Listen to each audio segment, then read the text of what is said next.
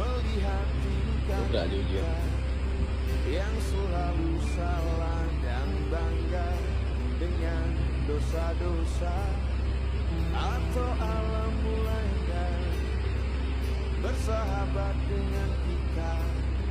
Coba kita bertanya pada rumput yang bergoyang. Orang